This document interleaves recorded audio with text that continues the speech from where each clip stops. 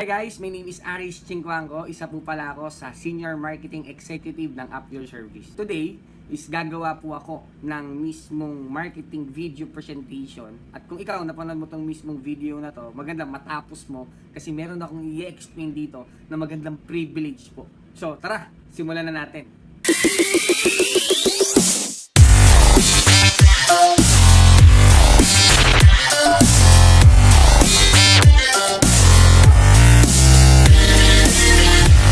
Ready ka na ba sa next big tech business dito sa Pilipinas? Bago yon, okay lang ho ba pag-usapan muna natin ng history ng online booking?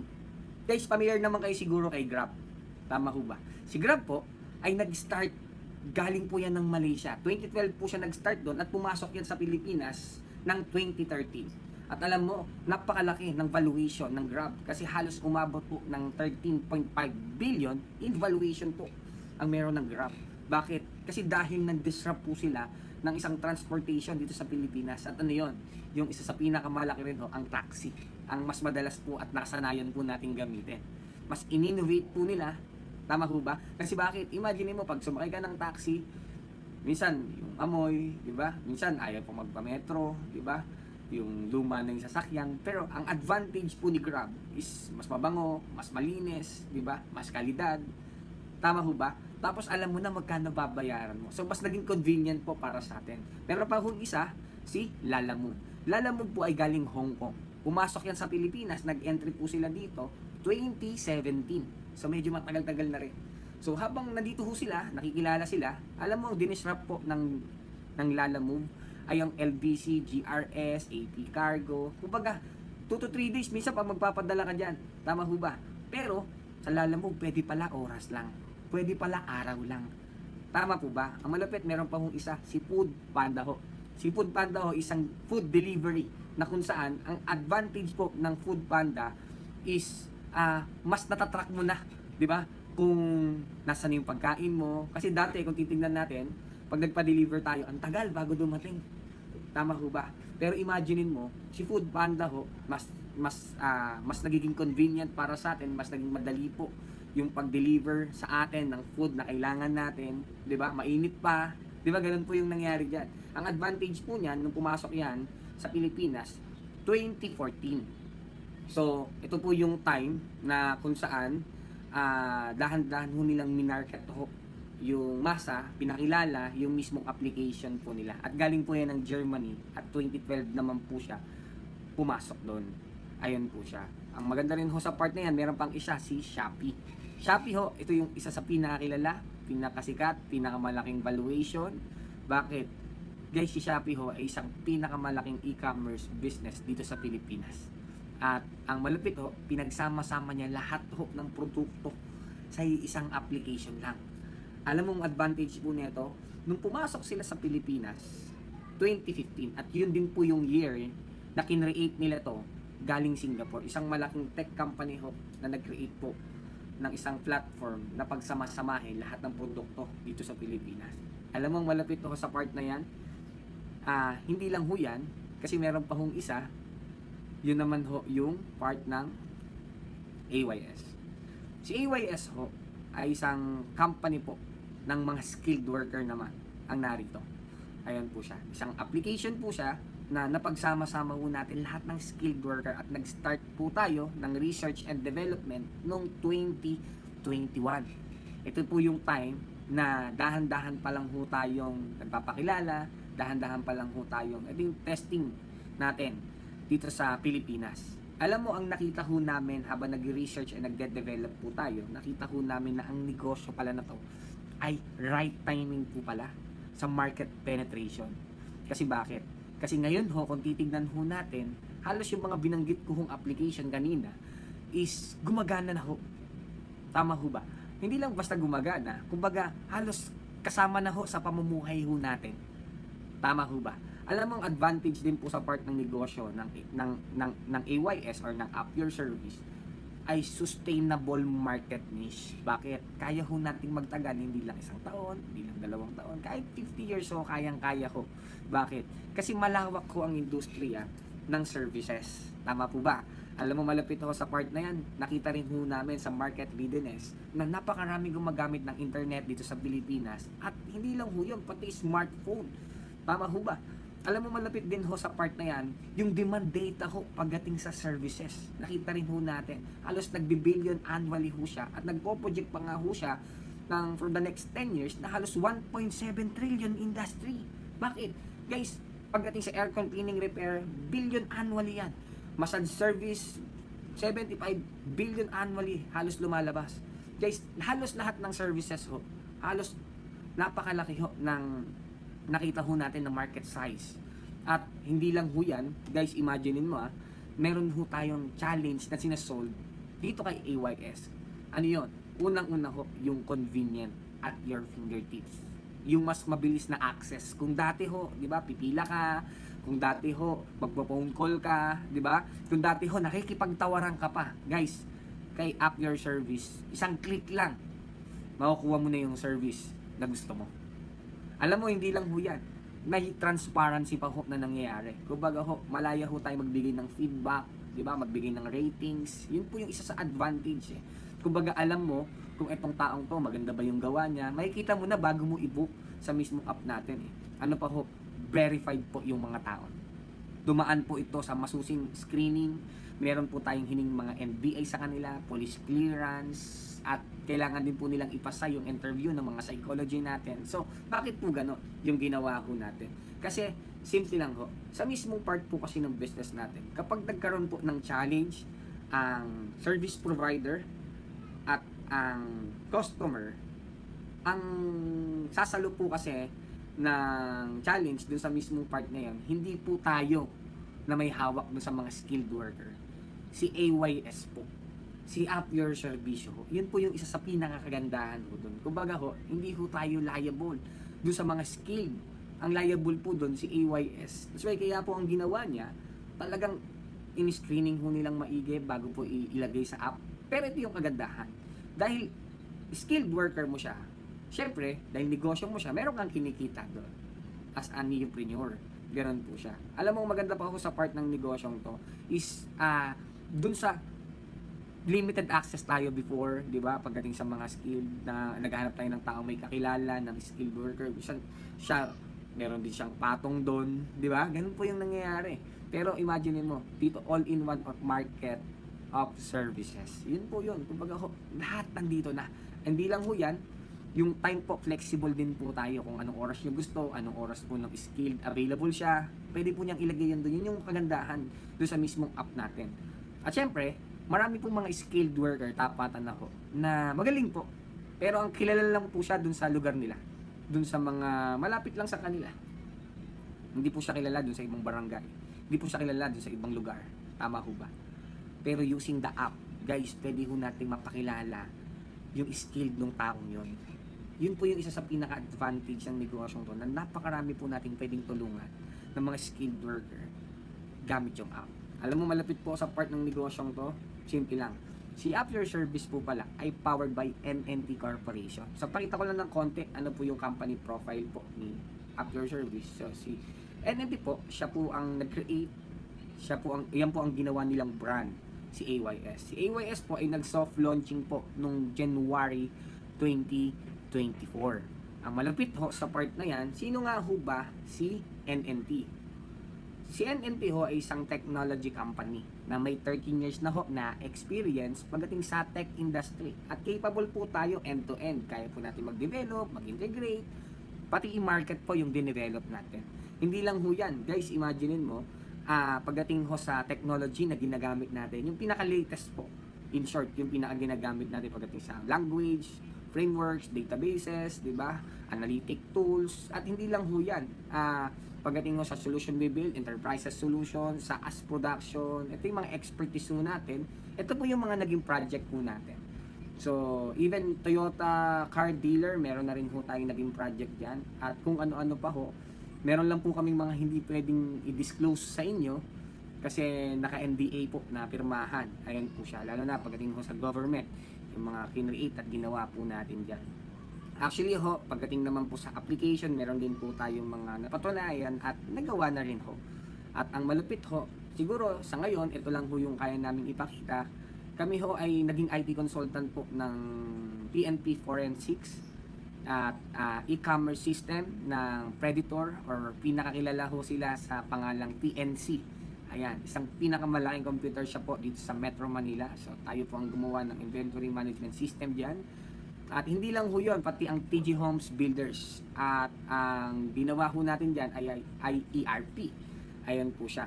Ang malapit ho sa mismong part po na yan, expertise namin sa business domain, financial, educational, healthcare. So lahat naman ho, kaya naman ho natin. Ayan po siya. Ito po yung mga naging project ho natin. Ayan. So, sa part ho na yan, kaya rin ho namin pinakita yan. Kasi baka ikaw, may kakilala ka, or ikaw mismo, nangangailangan ka ng service natin. So, meron tayong tech company ho na maaasahan. Ayan po siya. Ang maganda rin ho, sino nga ho ba ang may-ari o namumuno dyan sa kumpanyang yan? So, walang iba ho, ang ating president, si Pres Gerald Bautista. So, isang negosyante ho, at ang dami na rin napatunayan ho pagdating ho sa industriya. Dami na rin mga negosyong naitayo. Ayan po siya.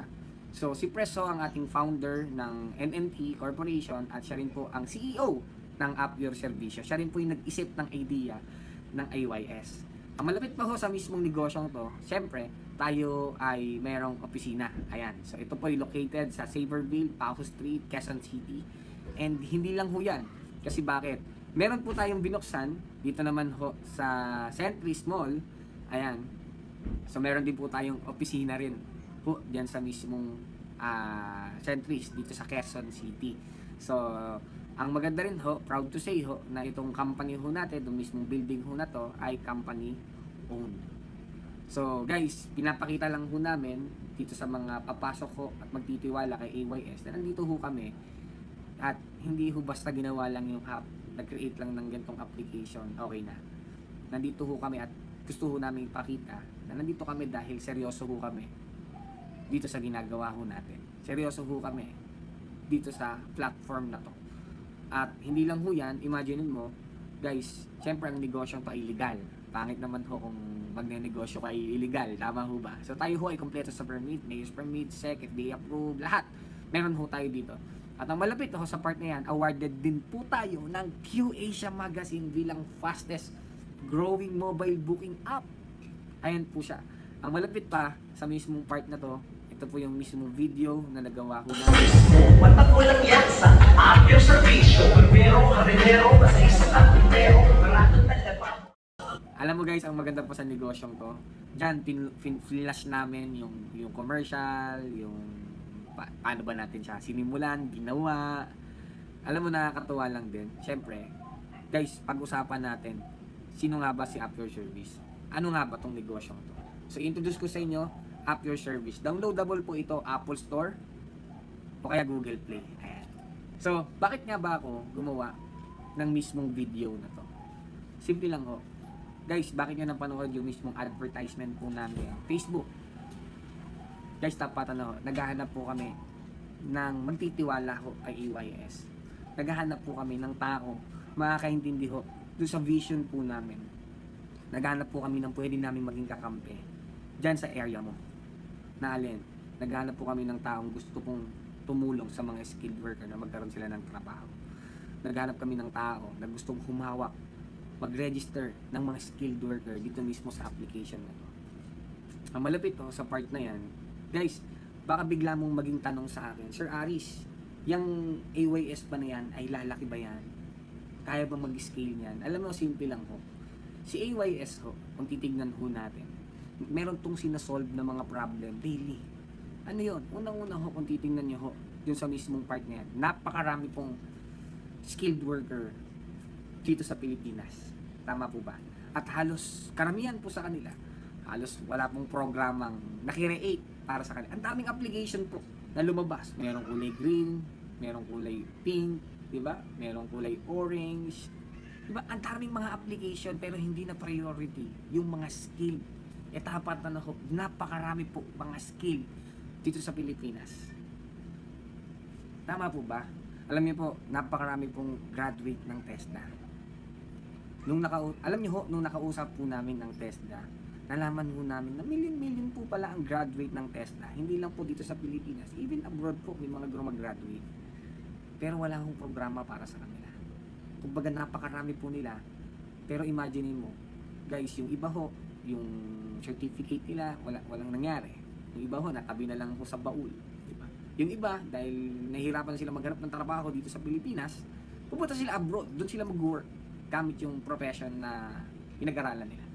Pero through AYS ho, guys, ang goal po natin is ma-transform po ang services through digitalization. Guys, matulungan po natin na makakonect ang mga skilled worker sa customer ng mas mabilis. Guys, napakarami po kung titignan ho natin. Napakarami hong mga skilled na gustong magtayo ng shop nila. Hindi makapagtayo kasi ang daming kinakailangan. Pero gamit yung app, guys, pwede nilang magamit yung skill nila. Pwede silang magkaroon ng business sa loob po nito. Alam mo, malapit to dito sa part na to. Baka iniisip nyo, nire-reinvent po namin yung wheel, di ba? Nire-reinvent po namin yung sistema ng services. No. Ang goal po namin is tulungan po na ma-market ang mga skilled po nila through digitalization. Alam mo, ang malapit ko dito sa part na yan, araw-araw po, napakaraming nangangailangan ng skill, tapatan na. At na araw-araw po, napakaraming skilled worker na naghahanap ng customer. Gamit yung platform po natin, pwede po natin silang ipag-connect. Alam mo, malapit pa ako sa negosyong to. Guys, imagine mo, nandun po yung part na tayo po ang next Grab of service provider. At tayo rin po ang next Lalamove or Shopee ng mga skilled worker. Ano pa yung maganda? Guys, pagdating ho sa part ng gig economy ho natin, ang dami pong mga freelancer. Tama ho ba? Ang dami pong kumokontrata. Tama ho ba?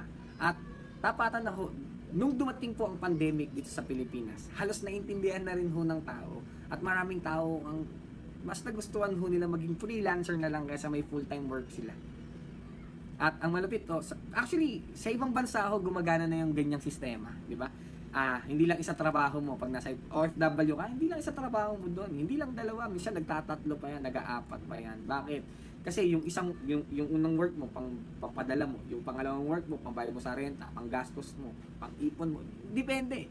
Pero sa Pilipinas ho, during pandemic ho, naintindihan ho natin na kung saan iba kapag kahawak mo rin yung oras mo. Tama ho ba? Guys, imagine mo dun sa mismong part na yon. Gamit yung mismong application po natin, matutulungan po natin ang mga freelancer, ang mga skilled po na tao, ang mga nangongontrata ho, matutulungan ho natin sila. At ang malupit ho, pagdating sa part na yan, sobrang convenient po kasi ng digitalization. Kumbaga, mas easy to way, di ba? Mas easy to use, tama ho ba? Kung titignan ho natin sa mismong part na yan, ganun ka, kumbaga sobrang dali po mas tumali ho yung pamumuhay natin gamit ang digitalization. Tama ho ba? Ang malapit pa ho sa part na yan, halos ang dami hong tao, halos 80 to 90% daw ho ng Pilipino mas gusto ho nasa bahay lang. Di ba ho? Actually, halos pandemic din po yung gumawa sa atin yan. Tinuruan ho tayo na pwede pala yun na magtrabaho lang kahit nasa bahay ka lang. Di ba ho? Lalo na ngayon, tag-ulan ho, di ba? Ang daming mga company ho na ina-adapt po nila na wag ka na pumunta ng office. Padala ko na lang sa'yo yung computer, mag-work from home ka na lang, di ba? Pwede rin po palang mag-aral kahit nasa bahay ka lang. Yun yung isa sa mga advantage po ng ano.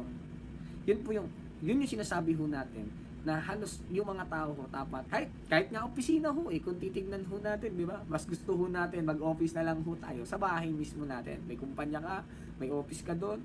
Yung office mo ililipat mo, gagawa ka sa bahay mo ng office, di ba? Ang dami na kong uma-adapt ng ganung part.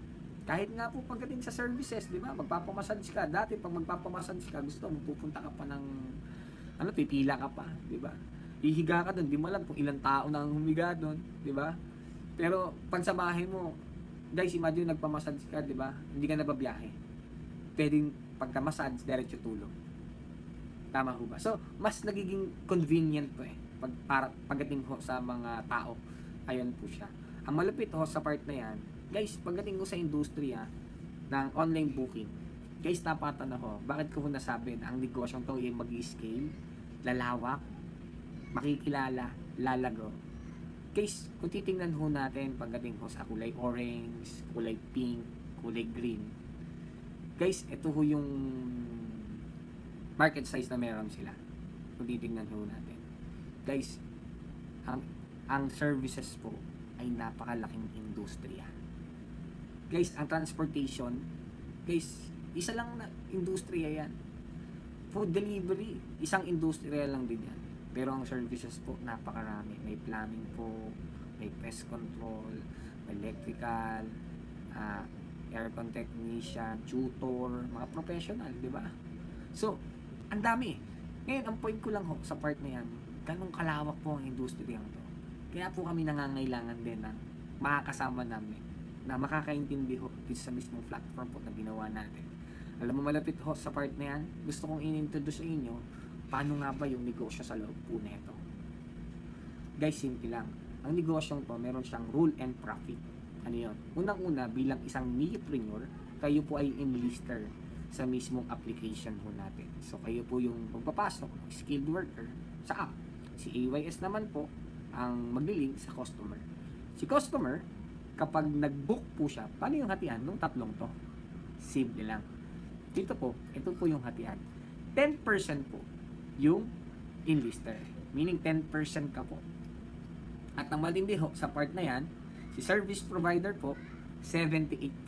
Bakit? Siyempre siya po yung gagawa, kaya mas malaki po siya. At siyempre si AYS po, dahil siya yung platform, 10% din po siya. So hating kapatid po kayo ng company. Alam mo matindi ha, sa part ng negosyong to, kapag nag-put up ka ho ng ganitong klaseng negosyo o ganitong klaseng kumpanya, guys, ito po yung mga kakailangan mo. Unang-una ho, kailangan mo ng app software development. At syempre, hindi ho birong pera ho ang kakailanganin mo i-provide para mailabas yan. Syempre, hindi lang ho yan. System yearly maintenance, di ba?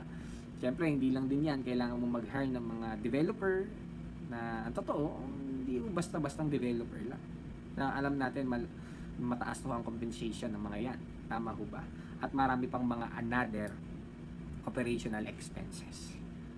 Pero alam nyo ano pong good news at ano pong maganda dito kay Appier Service. Ito pong mga to, hindi mo po problemahin. Why? Simple lang. Kasi company provided na po yan. Meaning lahat ng sakit sa ulo na yan, company na po nag-provide yan. Ang gagawin na lang po natin, kukunin natin yung system sa kanila, i-operate po natin yung business sa lugar natin, sa ibang mga area, or sa gustong i-put up yung mismong negosyo. Ito yung question. Sir Aris, paano yun? Gusto kong kunin yung exclusivity ng lugar namin. Guys, para makuha mo yung system or para makapag-operate ka ng exclusivity dun sa mismong area mo, ito po yung puhunan dyan. Nagkakalaga ho ang branch natin ng halos 3 million pesos. Teka lang. Baka bigla kang nagulat. Sir, ang taas pala, no? Exclusivity po pinag-uusapan yan. Meaning, kukunin mo isang example, Cavite, Batangas, parang kagaya po ng mga partner natin sa Tugigaraw City, diba? Sa part po ng Nueva Ecija, kagaya po din sa Tacloban, diba? Sa Batangas, Cebu, Panay Island, Davao. Ito po, mga branch po natin to.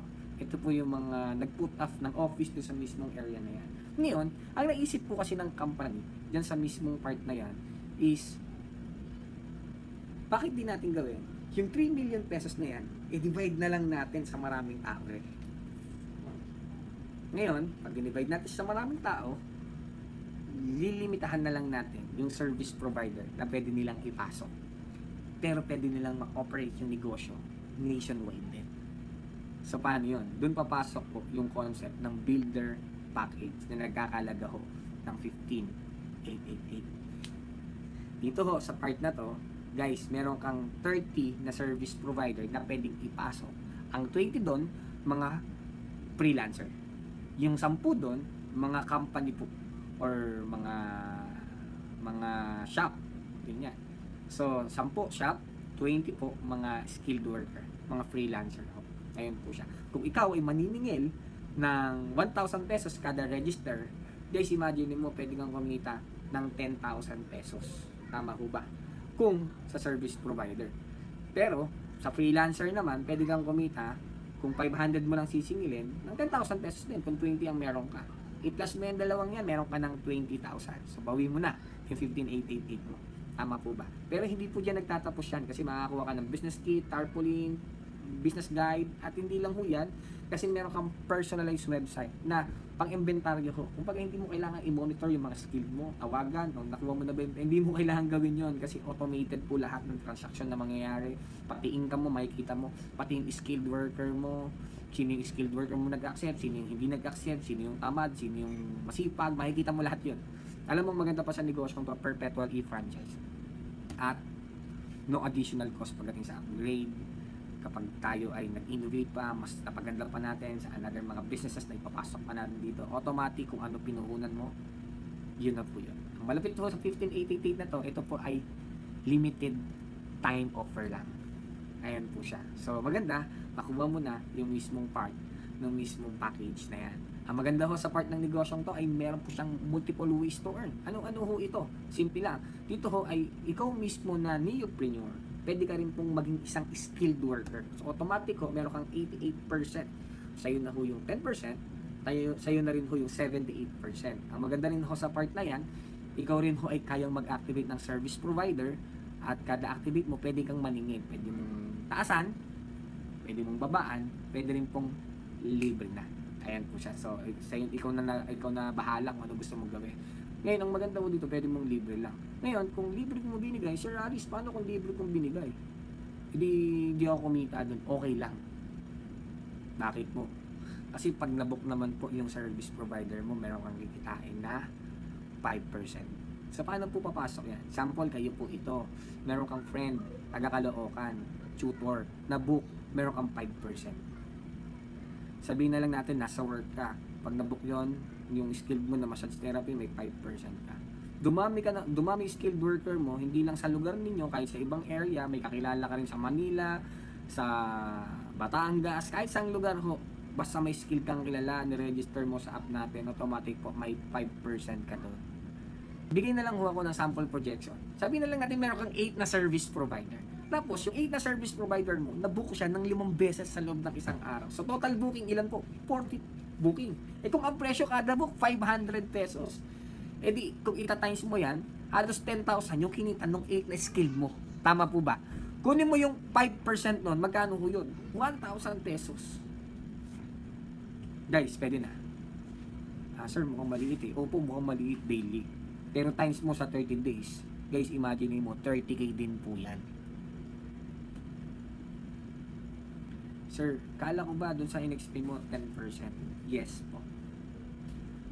Pag pumasok ka po right now, guys, ito po yung advantage at privilege po ng mga early bird na papasok kay AYS. Ano yun? Pag pumasok ako, imbis na 5% po yung papasok sa'yo, guys, imagine mo 10% po sa kada book ng mga service provider mo. Maganda ho sa mismong part na to. Kung ikaw po, sabihin na lang ho natin ay meron kang skilled worker. Same scenario, same effort, di ba? 8 na lang din ulit.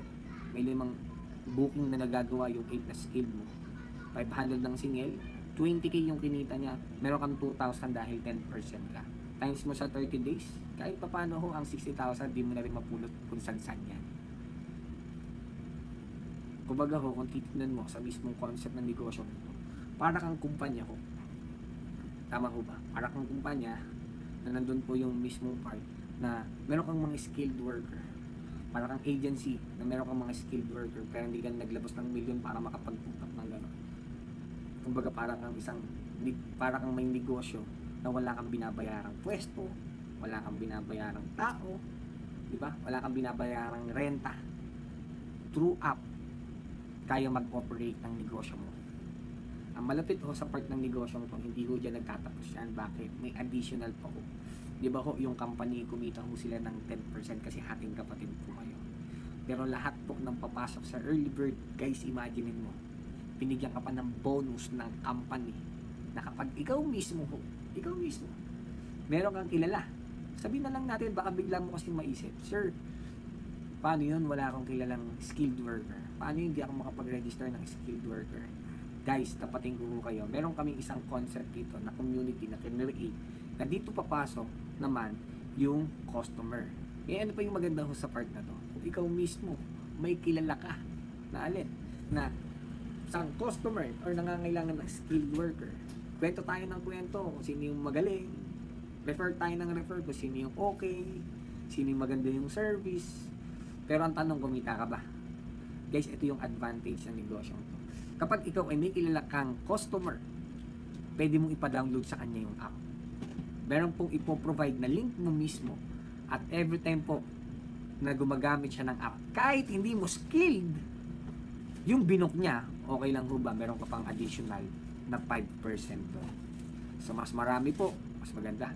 May kapitbahay ka, nangangailangan ng naglilinis ng aircon, kahit di mo aircon technician, kung wala kang aircon technician, kahit aircon technician ng iba, pero ginamit ko yung app at link mo yung ginamit nung binownload niya, guys, okay lang ba may 5% ka na? Guys, gusto kong ma-imagine mo tong part na to. Sabihin na lang ho natin, ganito po, may sample projection din ho ako din. Kung ikaw po ay sabihin na lang ho natin, may sample projection po ako sa part niya. Kung ikaw ay may 50, ulitin ko ho, kung ikaw ho ay may 50 na customer, tapos nag-book sila ng 1,000 pesos, 50k po yung kinita, siyempre ng service provider, ng neopreneur, ng AYS, tama ko pa. Kukunin mo dun yung 5% ng magkano yun, 2.5. 2.5, napakalaking halaga niya. Ayos mo sa 30 days, guys, 75,000 pesos. Ito yung klase ng business na pagka sinare mo siya, guys, kumikita ka. Guys, alam ko marami kang kilalang skilled worker. Bakit di mo ipasok sa app yan? Kung may kakilala ka naman na nangangailangan ng customer, bakit di mo ipa-download sa kanya yung app tapos kumikita ka rin? Diba? Guys, pwede na. Pwede na ba habang nag-work ka? Pwede na ba habang ikaw ay nagne-negosyo ngayon, tapos gusto mong palakihin yung business mo pero ayaw mong ng responsibility ng sasahuran mo? Diba? Ang sarap pagpalaki ng negosyo. Pero ang problem kasi, habang lumalaki negosyo mo, lumalaki rin responsibility natin. Pero gamit yung app, guys, imagine mo, lumalaki negosyo mo nang hindi ka stress, 'di ba? Hindi ka obligado magpasahod, 'di ba? Pero kaya mag-expand ang business mo. Ang malapit no sa part ng negosyong to, guys, simple lang. Gusto ko namin gumalat nationwide, worldwide. Yun lang ho gusto namin mangyari. Kaya po ang ginawa ko ng company natin, kung ikaw ho dyan sa lugar mo, may kilala ka, sabihin natin yung kilala mo may mga skilled worker siya. Ang pangit naman yung skilled worker niya, kukunin mo. Sample, may kilala ka service center, di ba? Ng mga aircon dyan. May kilala ka mga mekaniko dyan, yung shop, di ba? Bakit di mo gawin mo na lang partner yun? Sila may hawak ng skill sa kanila 10%, pero sa lahat po ng meron sila, guys, okay lang ho ba? Meron ka rin po doon. Kumbaga ho, ang maganda ko sa negosyong to, simple lang. Nandun po yung part na tayo ho ay nagbibigay rin ng training and education sa certificate, sa mga skill. Ayan, sa mga gustong mag-aral, meron din po tayong school dito at accessor level ho ang meron tayo. Hindi lang ho yan, syempre, nakausap po at napansin ho tayo na TESDA. So, nakausap po natin si DefU General Vidal Villanueva III, ang USEC po na, isa sa mga USEC po ng TESDA, at nakausap po natin siya. Guys, imagine mo, nakipag-partnership po tayo sa NCR TESDA. Ayan po siya. So, ito po yung MOA signing natin. So, maganda ma-flash natin yung video dito. Good morning po. I'm Mr. Gerald Bautista, the founder of Developing Solutions Corporation. And dito po kami to partner with TESDA. We are a software company that specializes on the making of apps, particularly on the native languages. And ang concept po namin right now is to introduce the graduates into the digital space. So, ang goal po nito is tumapasin po ninyo. Kung ngayon, nabubook ang taxi through your phone, ang pagkain, ganun din, pwede ka rin magpa-deliver. This time, pwede ka naman mag-book ng serbisyo. So, with our serbisyo, our brands, dito, our SNES graduates can go into the digital space ng libre. At ang maganda po nun, dito, masasarap po natin yung gap between the enrollment and doon po sa earning opportunities nila. Ang tendency po nito, mas mabilis silang mag-book, magkakaroon sila ng income, therefore they can provide for their families. And who knows, baka hindi na sila pumunta ng abroad, dito na lang sila sa Pilipinas. Ang maganda din po dito, dahil ito pong technology na to is part of our advocacy, ito po ay aming alay sa Pinoy. Maraming salamat. Thank you.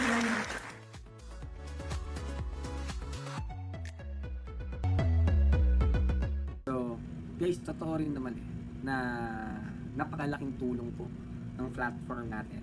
Kasi ang dami pong tao ang pwedeng mabigyan ng trabaho, mabigyan ng opportunity. At guys, even mga artista po, guys, meron nang nagpo-promote ng app natin. Guys, imagine mo, hindi na may mga nagbo-book na rin po ng mga artista sa application natin. May mga ambassador na rin ho tayo. Guys, dahan-dahan na ho tayong lumalaki. Guys, eto, imagine mo, doon sa mismong part na to. Pag-usapan na lang ho natin pinaka-last, yung diffusion of innovation. Guys, halos lahat ng company dumadaan po dito. Di ba? Dumadaan dyan, lahat ng kumpanya. Innovator, di ba? Early adapter. Tapos ayun yung tatalanan nila, yung chassis, yun yung pinakamahirap. Di ba? Yun yung pinaka-crucial. Di ba? Sabi nga, first 2 years ng business, yan ang pinakamahirap. Next yan, early majority. After nyan, late majority at laggards. Ano po yung point ko? Even Grab po, nag-start sila bilang innovator. Pumasok sila sa Pilipinas. Hindi rin naman sila tanggap. Mas love pa rin natin si Taxi. Foodpanda pumasok, hindi na naman natin talaga gets eh. Kung di lang pumutok si Grab, hindi natin maiintindihan si Foodpanda. Lalamove, guys, maraming kumpanya ho. Meron pa silang mga truck, di ba? Ayaw nilang tanggalin yung truck nila. Pero nung pumutok si Lalamove, maraming mga business owner po tinanggal truck nila. Bakit? May mga costing po sila dun eh. May empleyado pa sila doon. Maintenance pa nun. Prangkisa pa nun. Pero ito matindi ho. Using the Lalamove, mas naging madali po eh. Para sa mga business owner po na ginagamit po ang transportation. Di ba? Ginagamit po yung mga delivery. Guys, ano yung point ko? Nagsimula po lahat bilang innovator. Hanggang naging early adapter. And right now po, ang Grab, tapatan na ho, nasa late majority. Bakit? Pag ikaw, nagnegosyo ka, bago mag-pandemic ko, nagnegosyo ka ng Grab, nasa early majority ka nun. Kaya mong kumita sa loob ng isang araw, 30K, 40K, 80K. Nangyayari po yan. Marami pong testimony niyan. Pero ngayon po, kung titignan ho natin, ang daming nagnegosyo po ng Grab. Ang daming gumawa ng kotse. Ang daming yung nag-aagawan sa customer. Nasa late majority ho sila. Ano po yung point ko? Na kung tayo ho ay nag-start na magnegosyo ng ganun, nung nasa early majority pa lang, nung nasa early adapter stage pa lang, baka napakalaki ho ng negosyo natin kay Grab. Baka nakuha ho natin yung market at wala pa tayong kaagawan. Ano po yung point ko? Guys, si AYS ho, nagsisimula pa lang ho tayo. Nagsimula ho tayo bilang innovator, nakalagpas na ho tayo doon. Early adapter stage, palapit na ho tayo sa early majority stage. Ang akin lang ho, guys, ang tanong ko na lang sa'yo, sasabay ka ba o manonood ka lang? Iba ho kapag ikaw yung nauna. Alam mo, simple lang ho. Yung mismong negosyo to, if ever ikaw willing ka, kontakin mo yung mismo nagbigay sa iyo ng video na to. Meron niyang ibibigay sa iyo na privilege, promo, para makapasok ka dito ng mas mabilis. Guys, yun lang naman ho. So, thank you very much. God bless po. Bye-bye!